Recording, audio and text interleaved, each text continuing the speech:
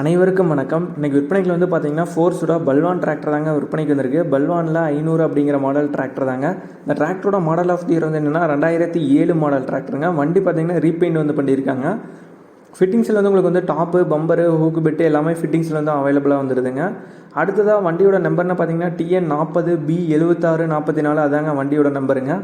வண்டியோட steering type பார்த்தீங்கன்னா normal ஸ்டேரிங்க. வண்டியோட கிளச் வந்து டுவெல் கிளச்சுங்க. பிரேக்ஸ் எல்லாம் வந்து ஆயில் பிரேக்ஸுங்க. அடுத்ததாக டயர் கண்டிஷன் பார்த்தீங்கன்னா 90% வந்து இருக்குங்க.